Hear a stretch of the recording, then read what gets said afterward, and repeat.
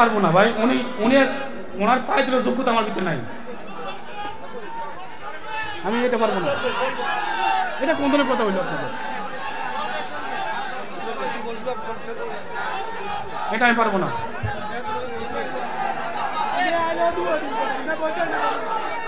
আমি এটা ফিনিশিং করতে পারবো তো।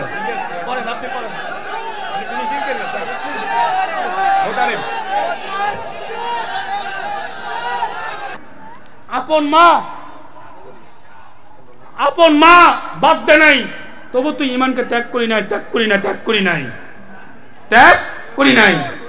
আপন মা বাদ দে নাই। ও যুবক, তখন বাংলাদেশ থেকে আসলাম, এই শিডিউল দিছে কি আমি কিন্তু ফিনিশিং করতে পারবো না, আর বদনাম লাগিয়ে হবে। আমি স্টেজে উঠে যাব, আমার 20 মিনিট 25 মিনিট সময় লাগবে। আমি এই লোকগুলোকে একটা শান্তি না দিলে বদ্ধ দিব আমাকে।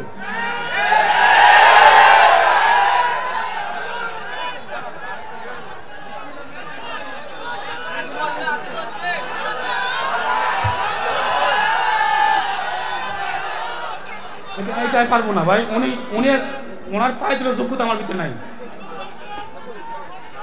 আমি এটা পারবো না। এটা কোন ধরনের কথা হইল আপনাদের? এটা আমি পারবো না।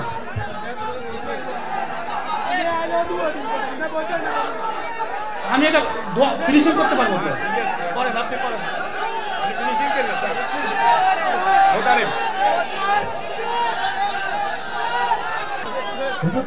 অসমাপ্ত বক্তব্য এখন শেষ করবেন। আপনারা সবাই বসে যান, বুঝতে পারছেন?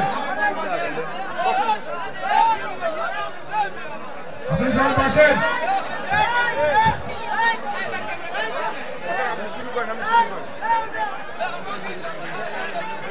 আমাদের মিসআন্ডারস্ট্যান্ডিং, সরি হুজুর। করেন হুজুর, আমি অনুমতি দিচ্ছি। বসেন বলেন, কথা বলেন। এটা আমার বিবেকে খাটে না। কথা বলেন।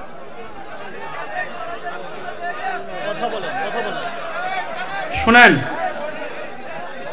একটু, আমি তৈরি করেন, শুনেন। এক, কেন আমি হিন্দু থেকে মুসলমান হইলাম? কেন মন্দির সারি মসজিদ আসলাম? 3, কেন আমি 36 কোটি বা 33 কোটি মূর্তিকে সারি এক করতেবাদ আল্লাহকে সেজদা করতেছি। কথা মনোযোগ আছে তো ইনশাল্লাহ? হ্যাঁ বসেন ইনশাল্লাহ। কেন এই আলোচনা থেকে আজকে ইনশাল্লাহ হেদায়েত মুক্তি করার মালিক কে? আল্লাহ। একটু শুনেন, হুজুর চলে আসেন, এটা আমার বিবেকে খাটে না। কেন এই শিক্ষা আমার ইসলাম আমাকে গ্রহণ দেয় নাই। 1 মাস 19 দিন আমাকে ঘরের মধ্যে বন্দি করে রাখলো। আপন মা আমাকে ভাত খাইতে দেয় নাই, খানা দেয় নাই। কার জন্য? একমাত্র ইমানের জন্য, কোরআনের জন্য ইনশাআল্লাহ। এবার আপনাদের কাছে প্রশ্ন করতে চাই, একটু বসেন। 1 মাস 19 দিন আমি কথা গোছায় বলে দিচ্ছি, হাতে শিকল, পায়ে শিকল, কোমরে শিকল, হাতে শিকল, পায়ে শিকল, কোমরে শিকল। কোন দিকে উত্তর, কোন দিকে দক্ষিণ, কোন দিকে পূর্ব, কোন দিকে পশ্চিম জানতাম না। কোন দিকে উত্তর, কোন দিকে দক্ষিণ, কোন দিকে পূর্ব পশ্চিম জানতাম না। আপন মা ইসলামের জন্য, কালেমার জন্য 1 মাস 19 দিন বন্দি করে রাখছে, তবু তো কোরআন ছাড়ি নাই, ইসলাম ছাড়ি নাই। ও যুবক, তখন বাংলাদেশ থেকে যখন আসলাম, কথাটা মৌলিক আকারে কাটছিট হইতেছে, রচনামূলক কথা ছিল, মৌলিক আকারে কথা তুলে ধরতেছি। বাবাকে জিজ্ঞাসা করলাম, বাবা আমার ঠাকুরমা যে মারা গেছে, আমার বাবাকে আপনি কি করবেন? তখন আমার ঠাকুরমা, বাবা আমাকে বললো, ও বাবা, ও ছেলে, ও সঞ্জয়, চোখের পানি ছেড়েই বললো, আমার ঠাকুরমাকে বলছে, তোমার ঠাকুরমাকে বলছে আমাদের ঠাকুর গোসাই আমাকে ভারমনে আগুন দেওয়ার জন্য। এবার আপনাদের কাছে প্রশ্ন করতে চাই, বেয়াদি মাফ করবেন, এখান থেকে জানি স্ত্রী কি জিজ্ঞেস, ও স্ত্রী, ও আলিয়া, ও যাও দাতুন, ও বেগম, তোমার গর্ভে যে সন্তান ছিল, হামেলা অবস্থা ছিল, 10 মাস 10 দিন, 7 মাস 8 মাস 9 মাস, তোমার কষ্ট হচ্ছে কিনা দেখো তো। সে চোখের পানি ছেড়ে দিয়ে বলবে, এই সন্তানকে আমি গর্ভে রাখতে যাই, কেউ সিজার করতে মারা যায়, কেউ নর্মালে মারা যায়, কত সিলাই হয়, একমাত্র সন্তানকে দুনিয়াতে আনতে গিয়ে। ও যুবক, তুমি কেমনে মার ঘরে সন্তান হই, তোমার মাকে তুমি বৃদ্ধাশ্রমে দাও? তুমি কেমনে তোমার বাবাকে রিক্সা চালার পয়সা দিয়ে তোমার বাপকে তুমি কেমনে বৃদ্ধাশ্রমে দাও? তুমি কি জানো তোমার বাবা তোমাকে কত কষ্ট করে বড় করছে?